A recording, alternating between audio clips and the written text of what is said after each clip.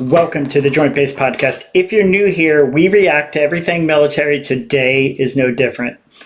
I use my experience with over a decade spent in the United States military, from everything from a combat paratrooper to military intelligence. This is the third episode that Otto does when he was embedded with the KSK, so let's get into it. The enemy here won't just injure you, they will kill you. If you keep fighting by the rules, you'll definitely lose. I was allowed to accompany commando soldiers during their training. Why do I keep doing this? Shooting courses right in the middle of urban combat, survival training in the Arctic and on the high seas. All in different climate zones. In the process, I gained insights as deep and intimate as no one before me.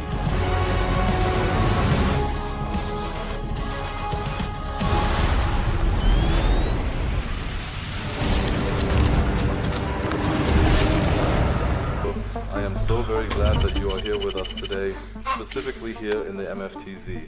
I recall that last time you were present in the SAZ. Today it's all about tactical close combat. We're all really excited to be able to teach you something. Let's see what comes out of it.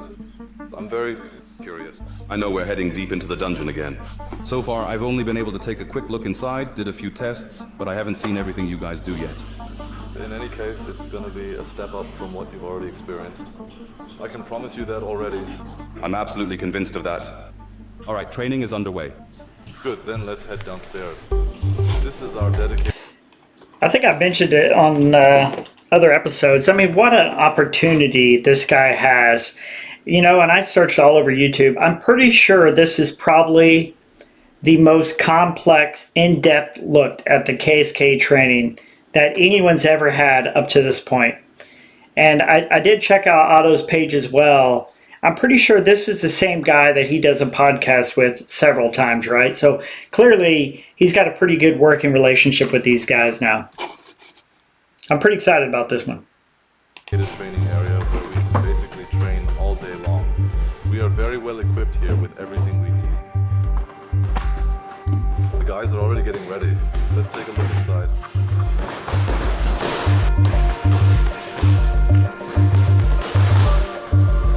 Stop!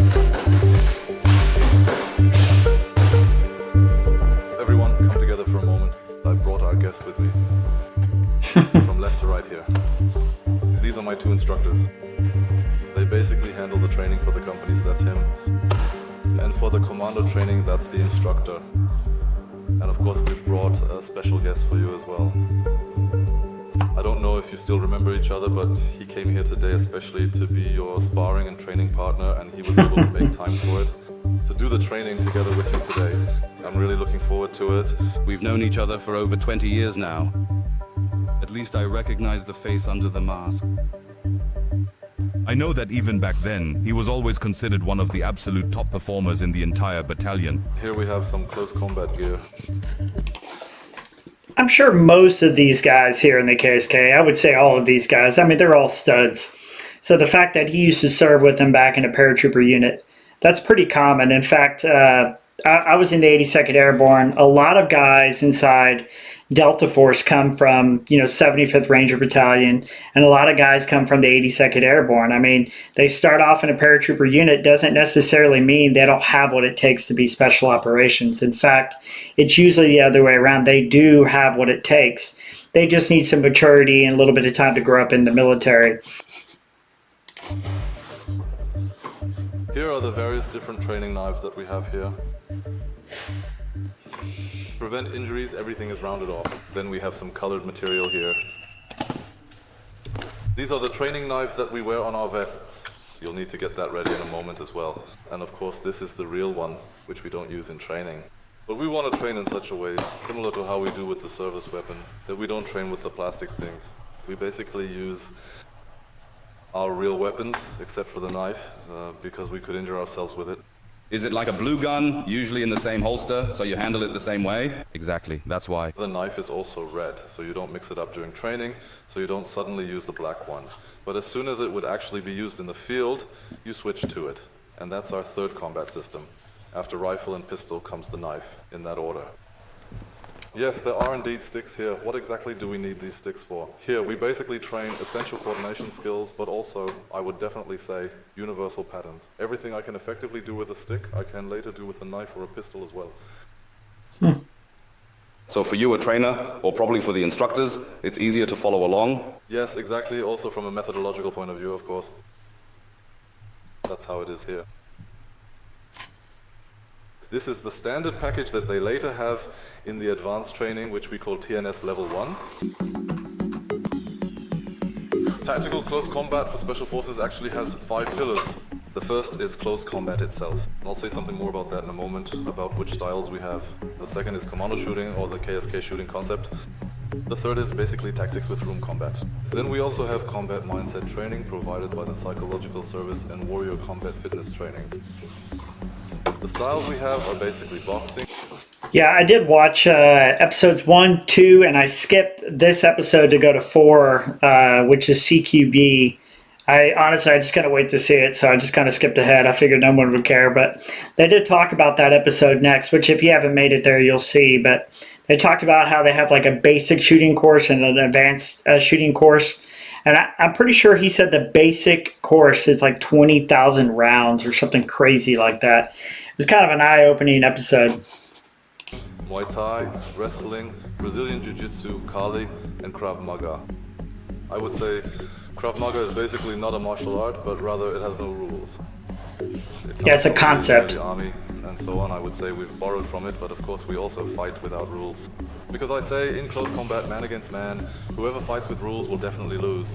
Especially when dangerous firearms or sharp knives are involved, it is crucial. So here again, this is your weapon right here. You'll basically have the pistol. You'll use the magazine and everything else just as it is here. These are just training items that we're using for now. I'll just call them disarming techniques for now. But we found that this is contrary to the training because we say, okay, imagine something happens with the slide here, but then it turns out not to be the case. We basically want to keep repeating the handling from shooting training on the mat so it really sticks and we don't suddenly develop any bad training habits, which we don't want. We also don't have time for that, and besides, it's not very professional. That's why all the men have completed the shooting course, they've been selected, and they all know how to handle it well. There are no injuries, that's just how it is. I think that's one of the biggest differences. That means it's not like fighting in some ring or cage wearing just shorts, to exaggerate a bit, but everyone here has a plate carrier, helmet, and weapon with them. That's a whole different level compared to... Of course, it would be an exaggeration to say that beginners immediately run around with full gear. Instead, we want to present it simply, starting from the easy and moving to the more difficult. And in the first 2 weeks, let's say, the main focus is on sportswear to simply train the martial arts I mentioned earlier. But then, at some point, there's a cut where it's like, okay, martial arts ends here. Now we're moving into tactical close combat, preparing the men for close quarters combat situations. That's what's most likely. Not just any wild fight. You know, I agree with what he's saying, and you could let me know what you think down below. But I think taking, stuff that works from boxing, kickboxing, jiu-jitsu, Krav Maga, like taking all the things that work and putting them together, makes a lot of sense for special operations, especially, like he said, in combat. The guy who plays by the rules is going to be the guy that loses. So, and especially like jiu-jitsu, you don't want to go to the ground, in combat, obviously, but you kind of need to know it if you do get taken to the ground. So it's going to be interesting to see what they really, focus on. But in space combat, there are people who need to be arrested or targets or...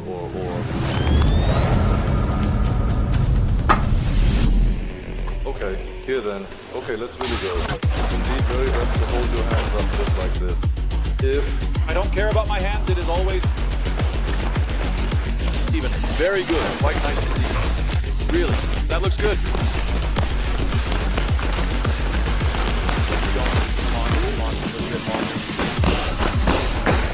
Oh man. Younger, please, come on. Abs blend, come on, abs blend. Yes, better, much better.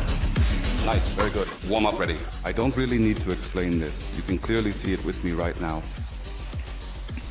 Especially these animal movements. That's something for a body. Drink some water. Let's continue. You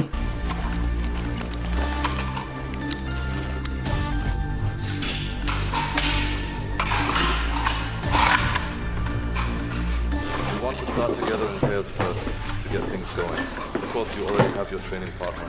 The touching game basically means I want to use my left hand to touch here or like this. I have several options. The shoulder is of course further away. So the idea is to work with this one and it's mutual.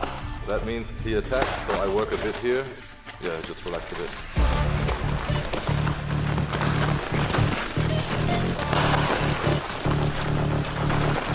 Exactly like that, right? Reaction? So it's about touching. At the same time, person is trying as well. Then moving away to lamps.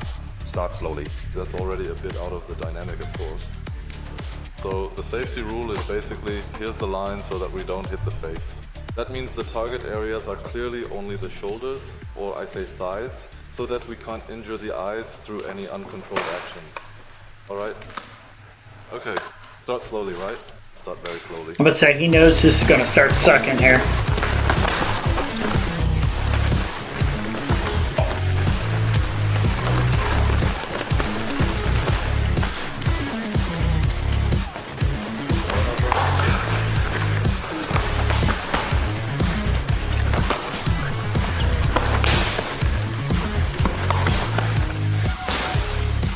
Of course, the Special Forces Command has significantly different safety regulations here compared to the rest of the Bundeswehr. We basically want to ensure that, not to convey a playful approach to the weapons, but this is training. We have to train this way, because if the operatives are deployed, they might have the wrong procedure ingrained. That would of course mean that we could lose our own people. So it's a serious matter to say, I have to aim at my comrade and then also pull the trigger. But what we want is to train ourselves to develop automatic responses, so that something like the rubber weapon doesn't just happen all of a sudden next week. I've never really trained for this particular situation, and in training we do a lot of drills precisely to prevent that from happening automatically, so that if I get attacked, there isn't an immediate instinctive reaction. And of course, shooting is pretty high up on that crucial list. Now I understand one thing even better, namely that there are certain criteria in training where you can fail, and that's often the most common reason when it comes to weapon safety. For example, if someone is too careless with it, even just during training. Here I'm really trusting everyone else who's present that they, just like me, have checked and said, okay. So I do want to point something out. I'm not obviously trained to the caliber that these KSK guys are trained.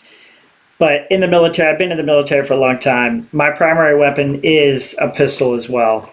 And in my civilian job, which none of y'all know what I do, but I do handle firearms quite often, even on the tactical side.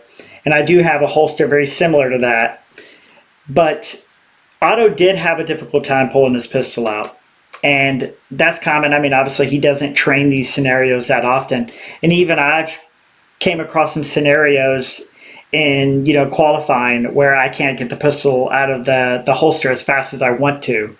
And it's like, sometimes I like these holsters because I don't want somebody to grab my gun. But on the other hand, when I need my pistol right away, I don't want a million different safety procedures to be able to get my pistol out. But if you rewind the video a little bit and look at the KSK guy that he's gone against, his sparring partner, he hesitated as well. In fact, that's who I noticed hesitate the most. So it just goes to show, no matter how proficient you are at handling firearms and doing this kind of stuff, it's still very tough to get that pistol out when you need it. Say it starts in your head, you think, no, because you see on the other side, I've got the weapon. Exactly. The big difference compared to regular fencing with the Bundeswehr is this. At that moment, okay, he won there. Here, it's basically the same. Whoever draws faster and shoots more accurately wins. He lasts longer. That's how it is. Yeah. Okay, again. Let go. No. Please give him your long arms now then. Send them nicely forward. Try to fake like that. With your left hand. Again and again like that. Like forward, forward, forward. Not just one. Last time. Let's go. It's got good footwork. Next time. Last time.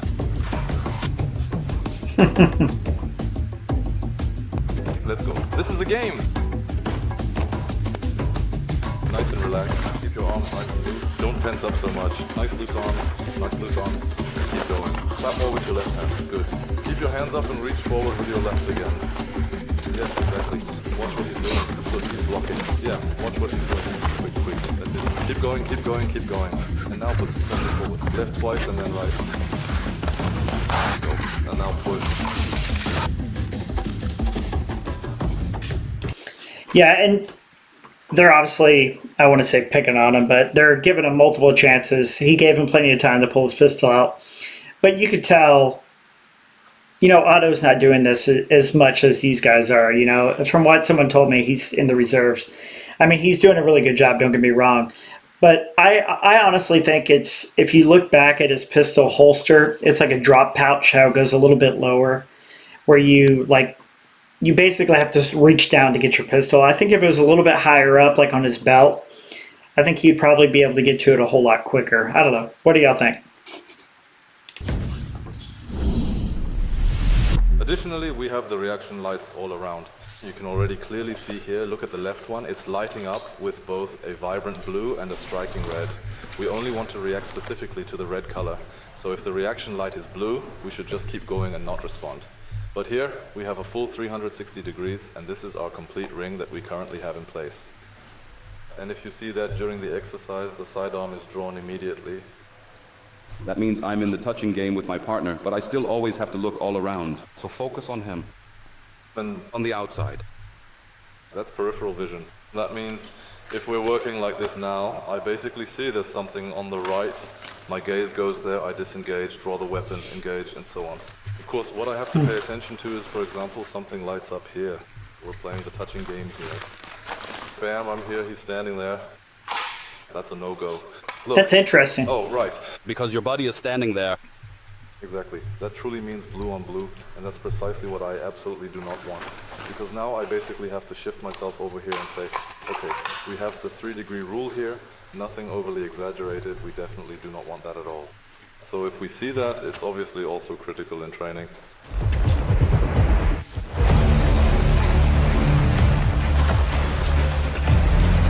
I've never seen this.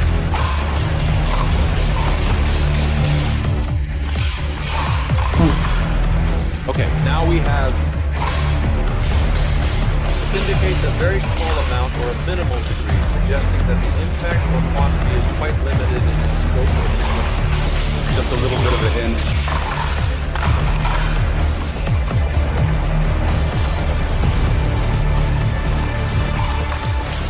Okay, stop. Well, I barely noticed it at all. Actually, what I did notice was that The others noticed it much, much faster. But then you did notice something. Yeah, I don't know what I think of this, and I'm not usually one to give a negative opinion, especially on a tier 1 group that knows a whole lot more than me. But I'm all about keeping it as realistic as possible. And I feel like I'm then just focusing on the light. I don't know. What do y'all think? Like, I get it. I get the concept of it. It's not to get so much in the red to where you're tunnel visioned on one thing. Like, you need to step back. You need to look around at your surroundings, which I've done a lot of training in that and I do agree that you have to train that way, but I just don't know what I think about the lights. I don't know. What do y'all think? So when you see others reacting to a threat where their heads turn that way, the muzzle points in that direction. And even if you react later, you still notice something. Maybe you weren't as fast, but let me put it this way. Commando soldiers train for that. This is your first contact with it here today. It's not that easy, but as I said, you are already noticing something. Did you actually notice anything about me? You could tell how tired he is, too. Was he holding something in his hand? Yes. You had something... I don't know. I only saw what he was holding in his hand. I didn't know whether you were holding it like that or not. I was standing... like this, and was holding the knife like this. And you even looked at me. And I really thought, something's about to happen. I saw the silver. So it's a bit about that. We always want to notice things. Not just look at the face, but always the face, hands, feet, and then from bottom to top again. That means you ramp up this training. I get a lot of impressions. Through darkness, through more equipment, through different colors, through things. Exactly.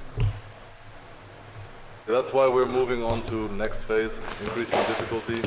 I get it. I mean, now that he explains it, I get it. What they're trying to do is just like opening your eyes. Like, have you ever watched the video where they're like, you know, pay attention to this, and you pay attention to it, and at the end of the video, you're like, oh, he did that 32 times or whatever. But then they're like, all right, well, did you notice, you know, the elephant walking by? And you're like, what? There's an elephant? Because you're focused only on what they're telling you to focus on.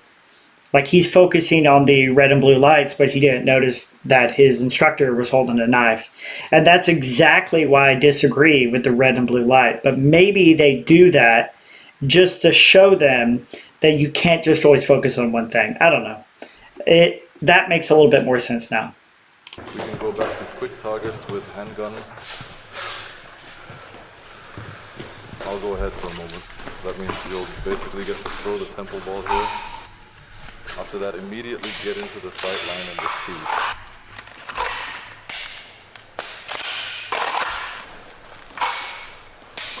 That was clean. That guy's clean. Simple. Throw it like this. Like a punch, that's the preliminary exercise. Twist your hips a bit and stay loose. Don't just toss the ball away like a sausage, but really throw it. It's more like pushing it away. And at the same exact time, you say, I'm basically going in here and immediately have my clear sight picture or my precise sight line. Apply pressure to the point, take the shot, okay, quickly rack the slide again. And here I can practice the quick draw with the practice this here. That's also the way to do it. Not like, but rather shooting the worm now. Combination of several things. Yes, that's the first exercise. All right, that's really good. That's exceptionally good.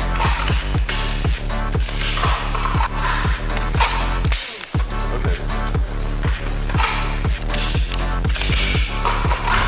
I throw the object, he expertly catches it, then swiftly and skillfully draws his weapon with one hand, and so do I, mirroring his action. I bring my hands together, securing my grip, steadfastly yeah, but that's already significant. What you always have to say, of course, is that whenever I'm dealing with new equipment, new holsters, new gear, what do I always need first to get into it? And of course I notice that I'm a bit rusty with some things, but you also notice the progress just as quickly. So by now, drawing from the holster is getting faster and faster.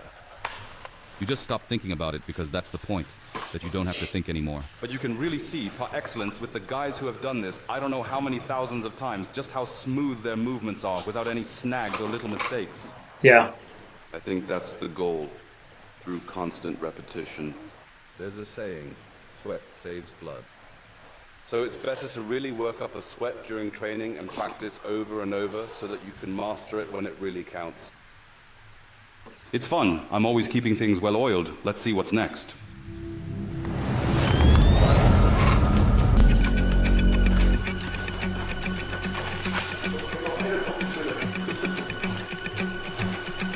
Alright, let's continue today. Now that the warm-up is over, we'll move on to the basic boxing techniques. We have various combinations for that. You'll learn two from us, and as the training goes on, we'll build on them with kicking techniques. And now we'll show you the first boxing combination. The first one is basically jab cross, lead hand strike.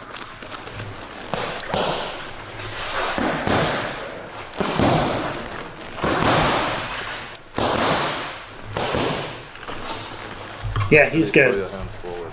I'll also test my hand on the striking pad.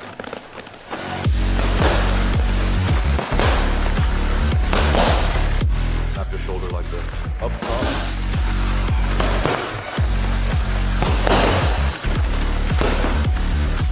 And then goes down in it. And then comes the next punch. So it will basically look like this.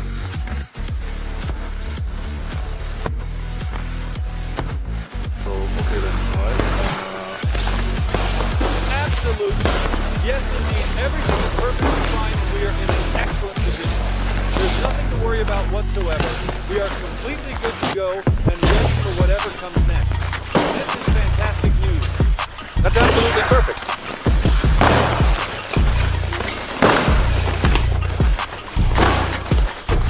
Hey, I just want to take a quick second and let everyone know that I do appreciate everyone that has subscribed, liked, and commented on these videos.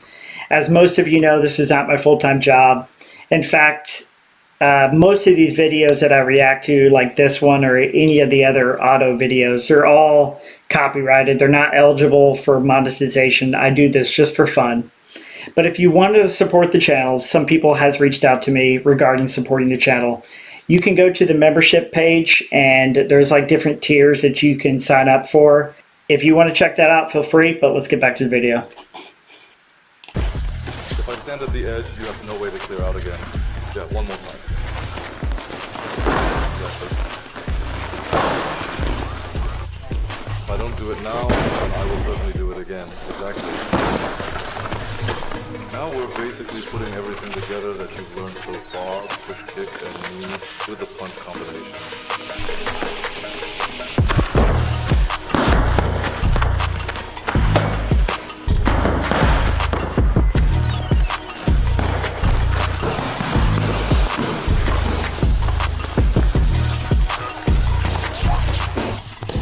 Willpower, opening the sturdy bench, and wishing for a really strong form.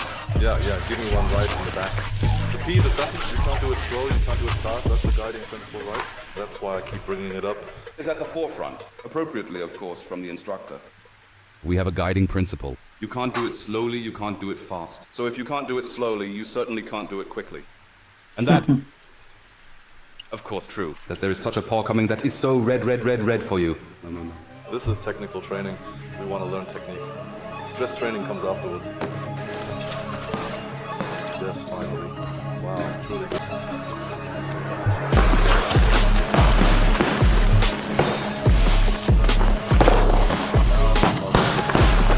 Alright everyone, watch out. We are going to do another exciting little reaction game here with our special reaction lights. They will light up, and we always have 4 of them on the punching bag. They light up too, and you just try to tap them as quickly and precisely as possible. So the light is basically off, and then the next one follows somewhere. In between, try to really loosen up your entire upper body, so you can react much better.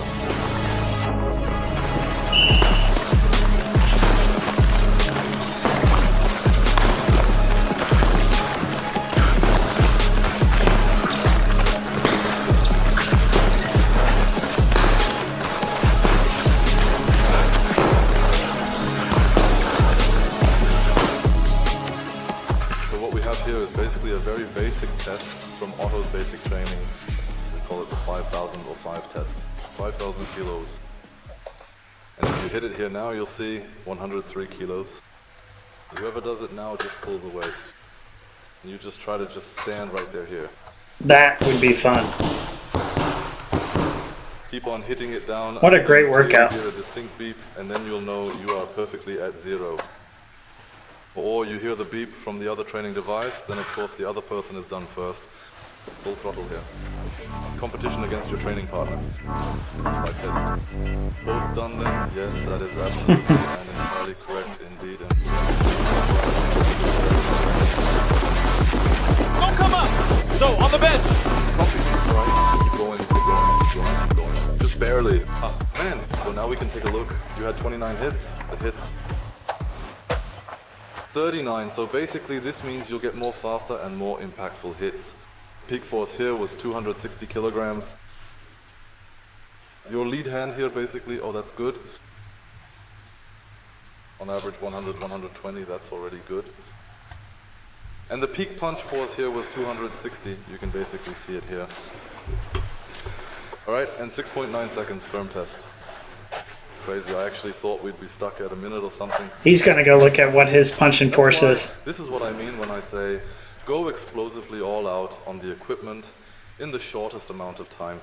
Where you can say during such high intensity phases you can really go full throttle for about 10 seconds and say, okay, I really gave it my all 100%. Yeah, so the very next section we're going to delve into now is indeed weapons combat training, which is an absolutely essential and fundamental part of the overall training program. For that, we always put on the vest and helmet to train as realistically as possible right from the start.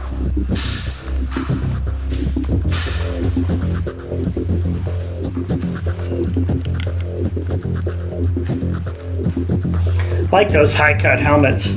They look good. So what is it? Once the weapon is drawn, that's basically when it starts here. 1, 2. We have this X spike again. 1, 2, 3, so that when I move forward, I step out to the side. So I've never seen that. The X, go completely offline and break contact immediately. You just have to... For safety, so to speak, gently tap the magazine and then rack the slide just a little bit. Yeah, because you probably have a malfunction. Because I think, like the 48, it also has a safety feature, so you can't fire it like that. Exactly, yes. I use basically all of the essential tools I carry with me, including the trusty combat knife, the reliable pistol, and the powerful rifle, to effectively fight off any attackers who definitely want to kill me. That works best with weapons, either by shooting or by striking and stabbing techniques. Show it again briefly, please.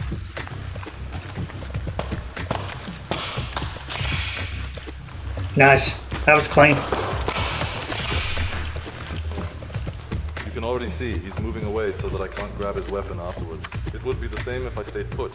If I strike and stab and the person is still in front of me, then the scuffle starts, you end up on the ground, and that's something we want to avoid for now. The reason I need weapon combat skills like this is because in virtually any situation during a hostage rescue operation, everyone in the building is probably directly involved. And if I were to just shoot everyone who comes at me, which of course would be entirely justified, but in this way, if the hostages are still alive, I could still get crucial information from the unknown person, who might be a perpetrator or perhaps something else. So, just logically speaking, from a strategic standpoint, This isn't a lethal method if I don't shoot, but I do incapacitate someone. Because if I hit someone with it at a specific spot, they're out of action for now, right? Yes. that's how it is.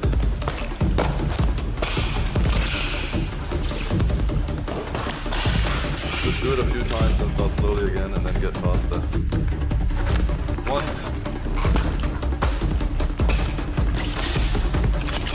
2, 3. Do you know precisely what it is 2? Well, the essential thing is if I say here, okay, I genuinely can't really go all out because there's actually a significant laser light module positioned right here in this spot. 1, 2, 3, boom. Quickest, boom, fire the shot, and I'm already back at the trigger point because it could very well be that he just keeps on going and I don't... Done. No, we certainly don't really want to actually do that at all. Indeed, right? Way through to end. Yeah, that's this. Okay, over. That is... After the fighting, basically comes close combat with the weapon, disengaging, and then using your weapon system in such a way that it actually makes sense. I think that's also a big difference compared to many regular troops, where it's much more about shooting. Last shot. So, and here it's the last shot, okay? Everything's clear again. It could just be, you know, you look left, you look right, see what happens next. And that you don't accidentally shoot your own people. Just like that, right? Yeah. Of course, that's not supposed to happen either.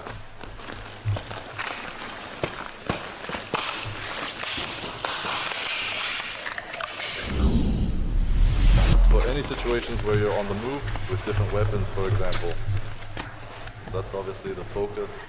So when you go in somewhere, you can't just throw your weapon over your back or drop it. Instead, with this thing or with the rifle, we basically work with it as the main focus. Everything that comes after, like switching to the sidearm, switching to the combat knife, and so on and so forth, comes later. Just watch for a moment. We start from the beginning. The fundamental combination, which is a core element of this technique, essentially involves a powerful and direct thrust, followed immediately by a sharp and precise elbow strike. This then transitions into a combined strike and thrust action, executed with significant levels of accuracy. Finally, That looks clean when he does it. clean and efficient disengagement will follow through, ensuring readiness for the next movement. This entire series of actions is designed to maximum intuitively, demonstrating a comprehensive approach to combat. It goes to the arms. We can now add, if we say beforehand, a powerful push kick. The very first thing, you effectively stop someone. You know, so we're about halfway through. I'm going to try not to stop so much, but that's one thing I like about Otto's videos, especially this series, is that he is in there doing these exercises. Like he's not just commentating from the sideline watching these, you know, recruits go through this. Like he's in there giving you firsthand knowledge of what it feels like, what it looks like, and he's showing you his struggles. You know, he's not going in here as a previous KSK guy, you know what I mean? So he doesn't do this every day. So I can definitely appreciate his videos. Period. And then you immediately follow up with your next move.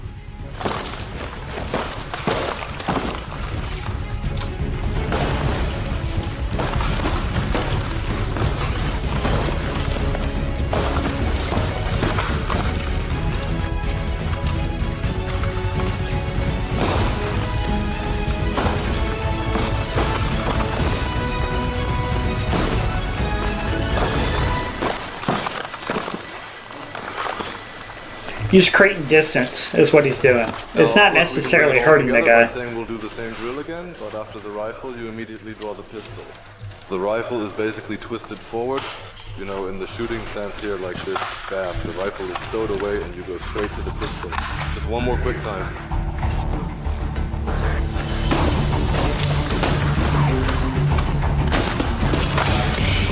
Oh, wow.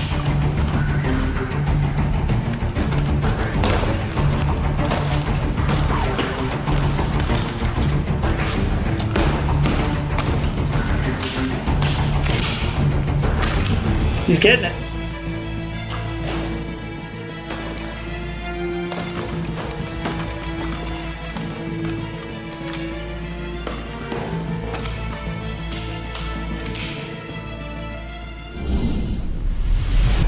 We have 3 attackers, so it's a fight against multiple opponents, and they will basically keep pushing you over and over again with this pad, and that's essentially your objective.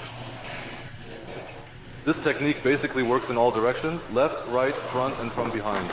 The weapon is in the high ready position, so high ready, and that's where you start from. It's important that you always visualize your head. There's the attack, and with this technique, you simply... When I'm engaged with one opponent now. The next one already coming. Okay, so that means if I have the sequence now, then I will ignore him. If something comes from left to right, for example. So you keep working on one pad, and as soon as the next contact comes here, that's your new target. That's exactly what I mean, the new target. All right. And of course, we'll turn on the strobe light here to increase the stress factor a bit while you perform the exercise. Nice. You'll stand here in the middle with the pads held all around you.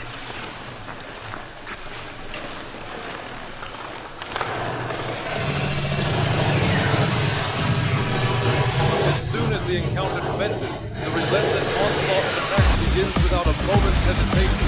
In response to this immediate and intense aggression, you are compelled to swiftly and decisively transition your primary weapon to the handgun. This critical shift in weapon is not merely a case of equipment, but a fundamental adaptation to the rapidly unfolding combat scenario. The handgun, a reliable and readily accessible firearm, under immediate defense and counterattack, but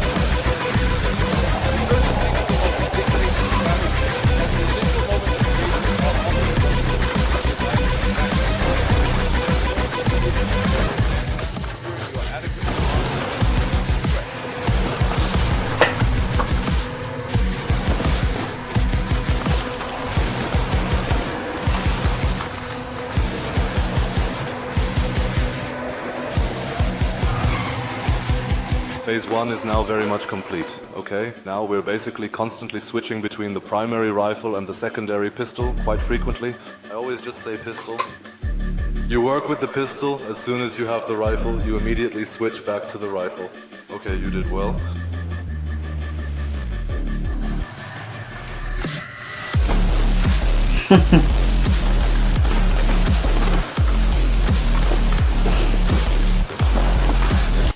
All right, so I do have a story related to this. I went through something very similar, almost identical to this. It was like a rites of passage. Like they put you through it knowing that it's going to suck just to see if you're going to give up, basically. And so they have you get on like a rower. You're rowing as fast as you can for, I don't know, like maybe like a 4-minute row. And as soon as you finish the row, you're coming in. The lights are off. And you have, you know, same scenario, 3 guys with the bag here. And they taught us a lot of front kicks. And so I'm trying to create distance by front kicks. So I'm using my front kicks, and I could tell that I was pissing one of the guys off because it's very difficult to get close to someone with the pad if they keep kicking you, right?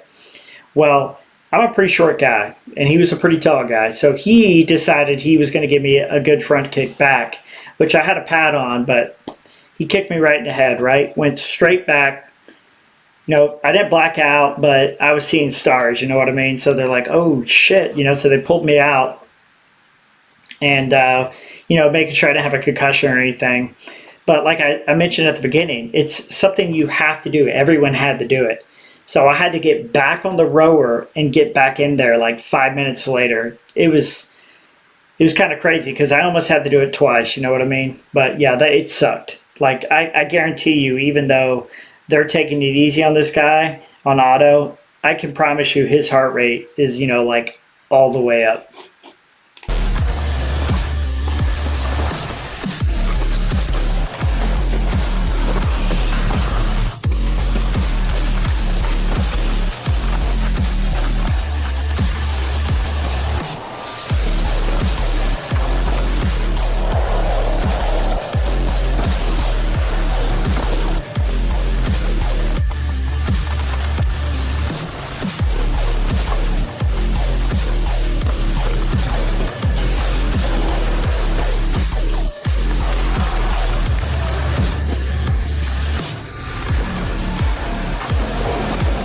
He's feeling it.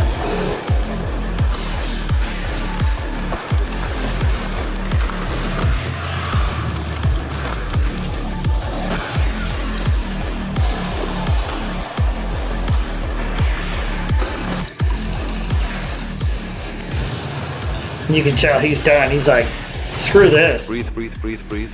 That has certainly happened. So at the very beginning, it still worked quite well with the switching, but you quickly notice if you simply can't put the pistol away properly, then you are truly lost. I really don't want to just throw it away and...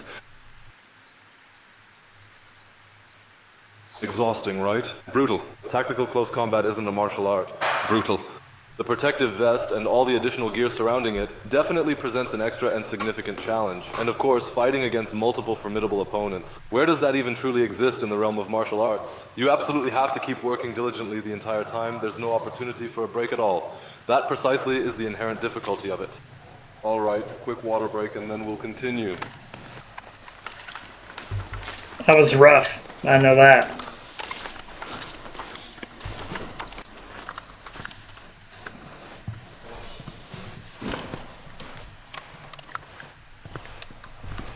Very quick.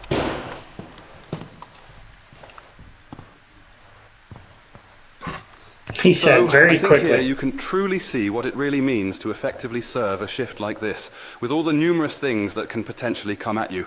It's not just a normal fight, but extremely tough and demanding conditions. The full gear, possibly multiple formidable opponents, lots of critical things you have to keep in mind, intricate sequences, drawing your weapon correctly, holstering it safely again, and still always diligently keeping your eyes open, watching carefully what's happening to your left and right, all around you. It's incredibly intense.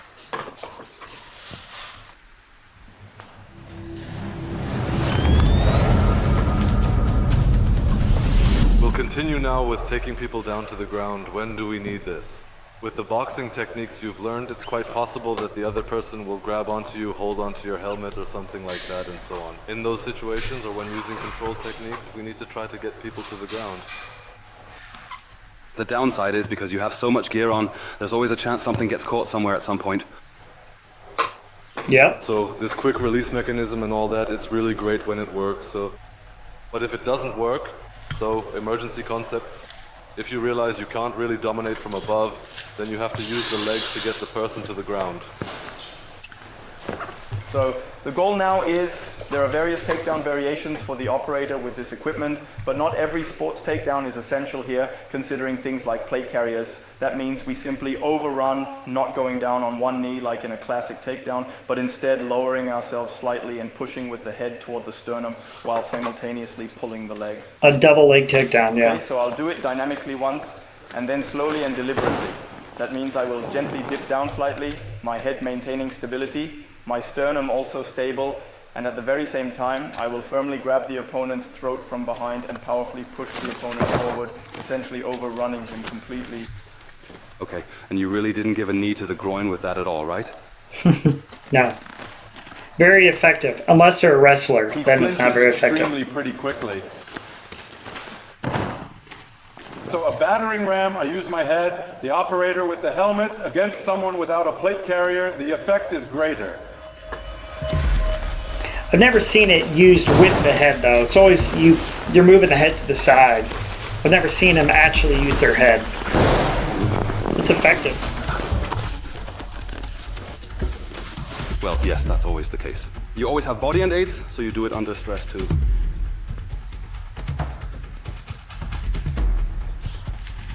Yeah, you're quite right.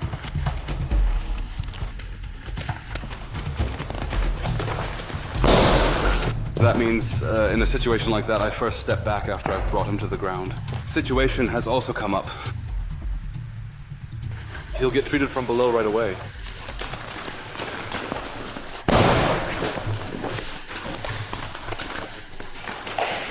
Hopefully they taught him how to fall. Let's see.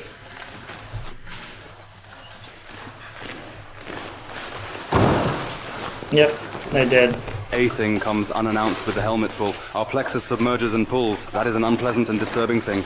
Well, you also have a shock with a bit like a shock on capture. It's a completely different situation to suddenly be lying on your back. No, helmet.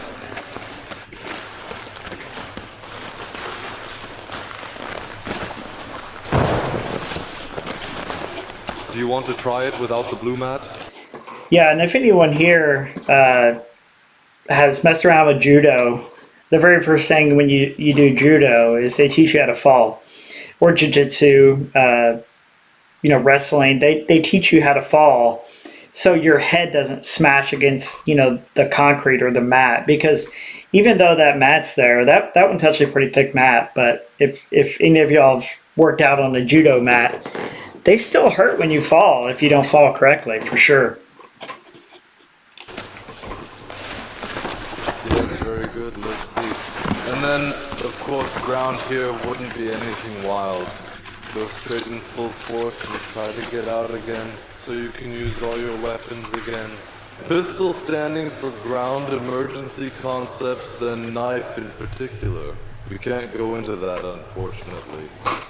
Some things are simply kept under wraps, which is the right way. I think here with this stuff you can really see a lot of things simply.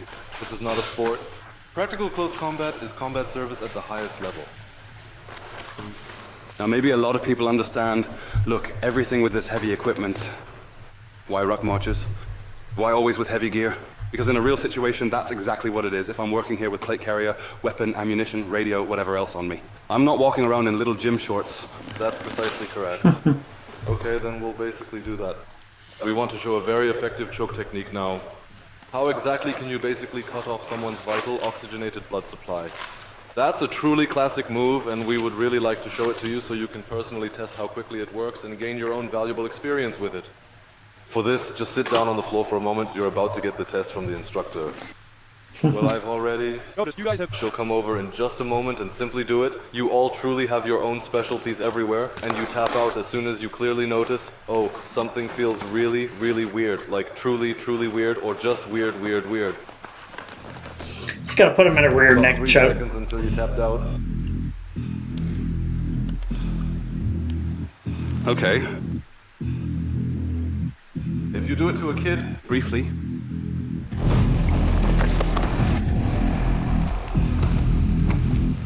of course it goes much faster.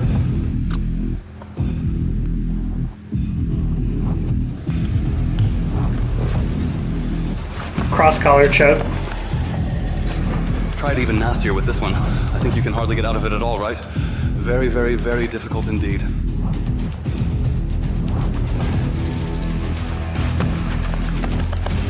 Yeah, anyone that has done jiu-jitsu has These are really the kinds of had things. that happen I to did them judo for for a sure. long time as a kid, and you can really notice a lot of influences. So it's not just one thing.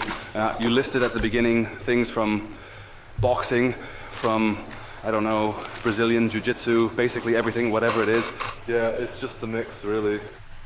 You could say this is MMA, but not mixed martial arts. It's military martial arts. So here, basically, everything that works in a fight is trained and used.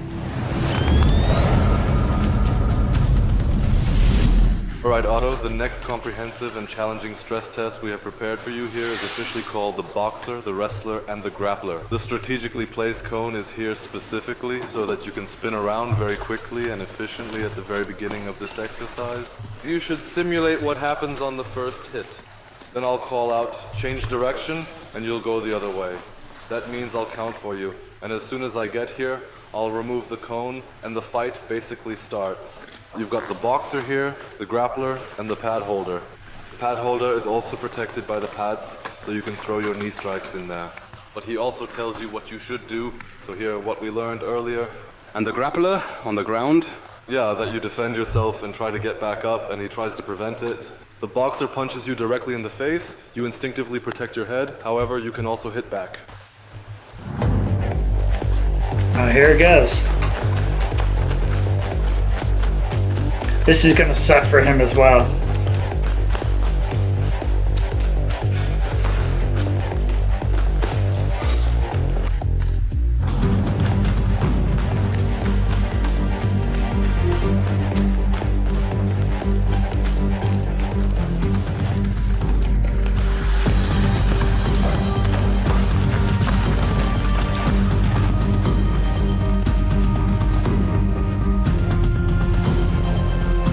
Yeah.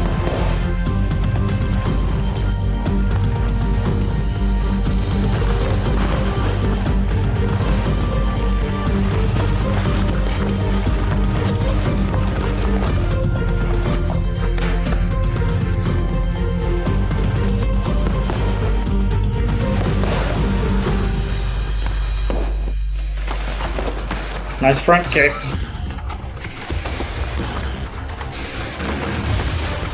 Double leg takedown.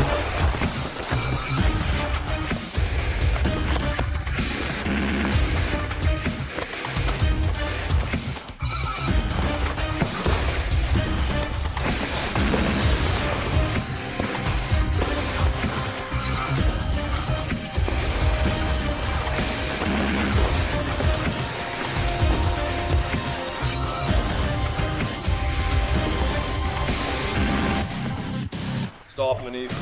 It's truly all completely good. Well, it just simply fell right out, you know what I mean? So a lot of people are probably wondering why he's going up against three components. But in this case, Otto, for instance, say he was like say maybe he was a black belt in jiu-jitsu, then he's going to have the advantage on the ground as a grappler, and he's going to learn nothing because he's a black belt in jiu-jitsu, you know what I mean? So what they usually do is they have them they smoke them right at the beginning. Like, they're already tired before they begin. They turn the lights down low so they can't see that well. In this case, they made him spin around a cone so he's dizzy. Anything that they can do to put him at a disadvantage, because he's not always going to have the advantage on the battlefield. So I like how they simulated that between the three, the boxer, the grappler, and the wrestler. Awesome. Loved it.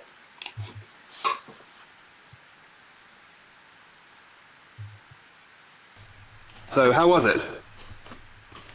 Man, even more intense than with the weapon. I thought, this would be easier. But I can also because his feel the feeling now, adrenaline too, the is hours. way up. We've almost finally made it through. We still have 2 surprises left. I think to myself, Because today is your big surprise day, you won't forget it anytime soon. Not because it made any particular sense or was bad, but here you get hit with so many impressions, you'll remember it for a while longer. Thanks, but it's a stressful experience because of that. It's like, I can't, for example, in a cage one-on-one, I can focus on one person, I know what he's doing, and so on and so forth. Here, if I run out of options, I immediately pull out the knife and start working with it, because I want to survive, as we already mentioned earlier.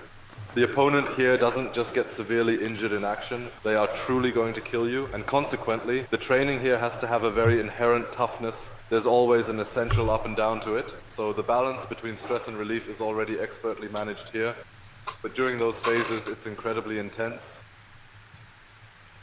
your pulse shoots up so incredibly quickly, you just can't get your stamina under control anymore. And honestly, it's truly hard for anyone to even imagine.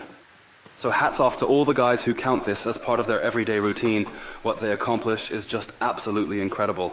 You can clearly see for yourselves, there's no water here at all, but everything is completely soaked. Anyone looking for a challenge will definitely find it here.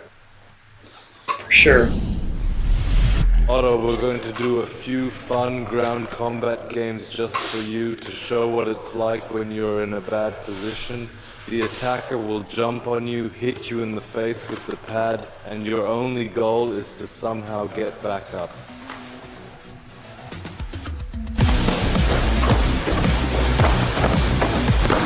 Gosh.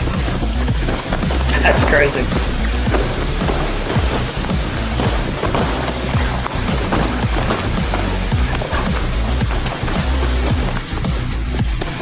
Alright, good. Just stop one more time again.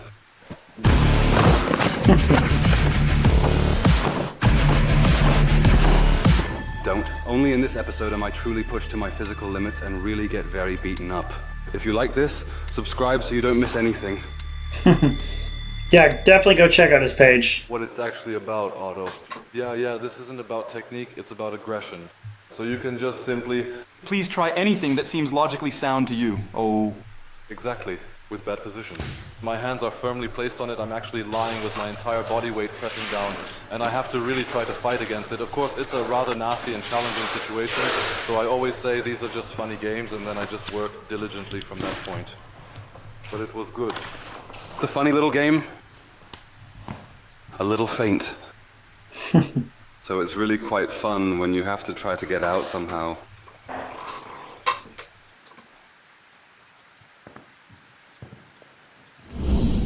Each and every one of you gets a substantial piece of chalk in your hand and then has to try to carefully mark the other person by deliberately stabbing or making swift cutting movements so you can clearly see afterwards precisely where you were actually hit. If I lose my chalk, tough luck. Then in that crucial moment, I either have to quickly and decisively pick it up from the ground, or I must strategically and effectively try to prevent the other person from being able to use that chalk as a weapon to cut or stab me with it anymore. This requires immediate and focused action to neutralize the potential threat. Following that, we have the countdown.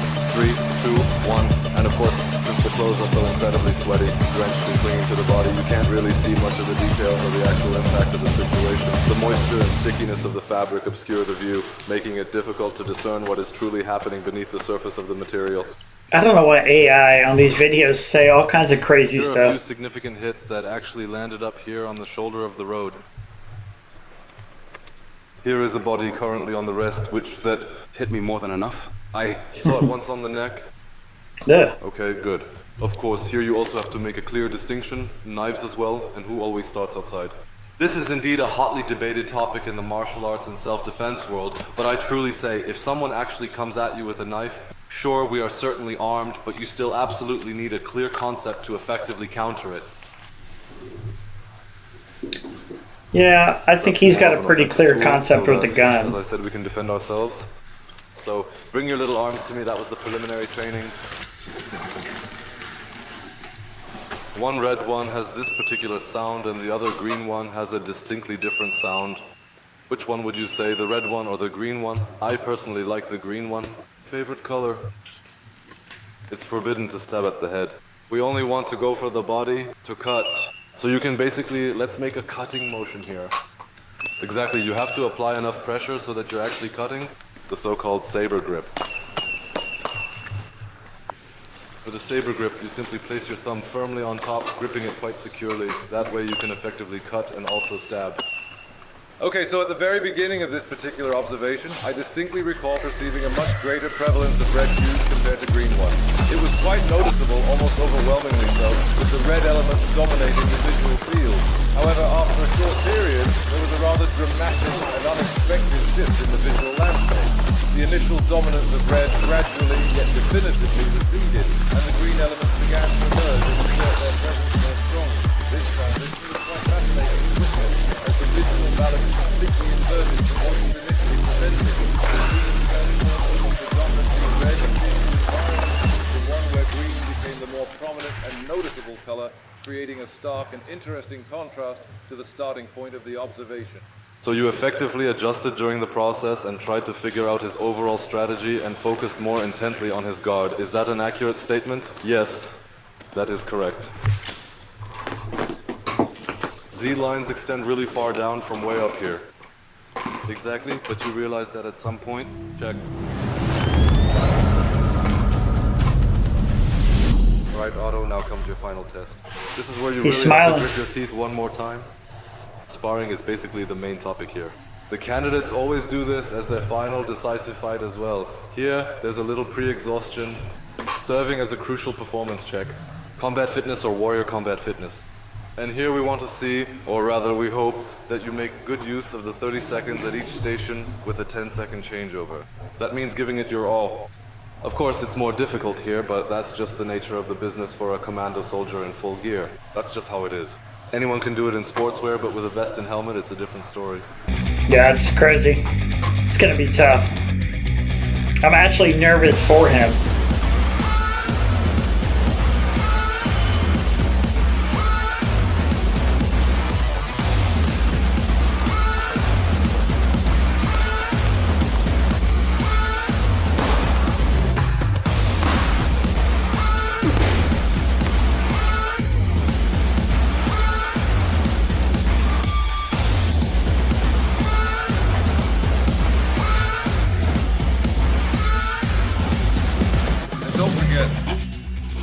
Mouth guard.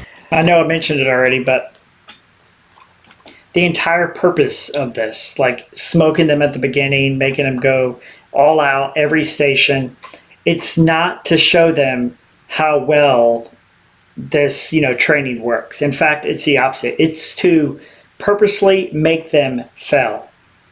What are they going to do even though they can't do anything? Are they going to give up? Are they still going to keep trying? And that is the entire purpose of this exercise. Let's quickly take a refreshing sip of cool water here, even with the protective mouth guard still in place.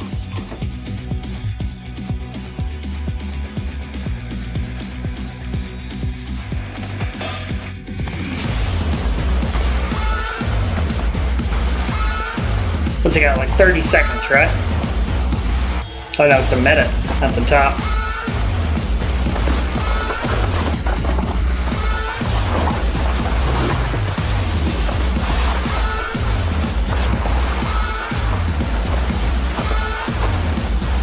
He's trying anything.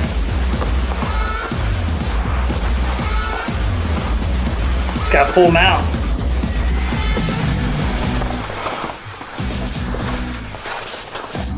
Yeah, he'd be done in real life in the full mount, for sure. Got 30 seconds left.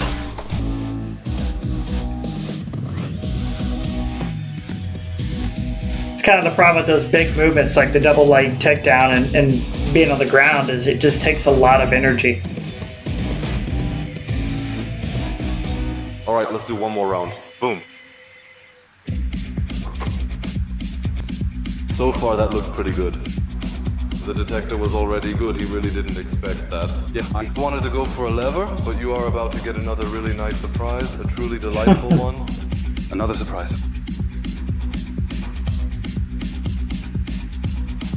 He said, "Don't worry, we stopped the clock for you." Come on, Otto, get up.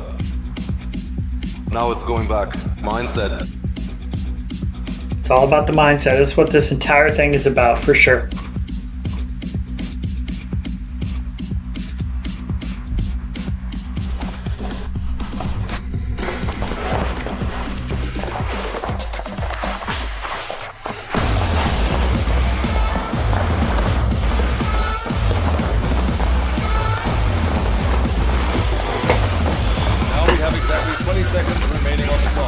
Now is the opportune moment to really go for it.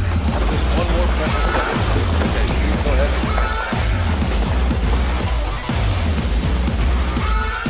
14 seconds.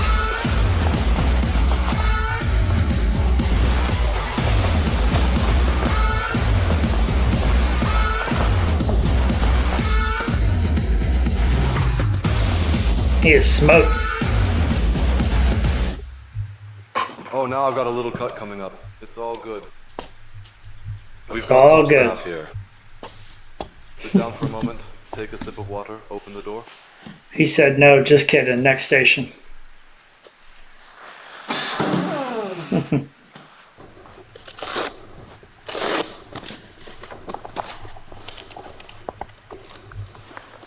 You know, you got to give him props, though. He's not going through the KSK selection, you know? Awesome. But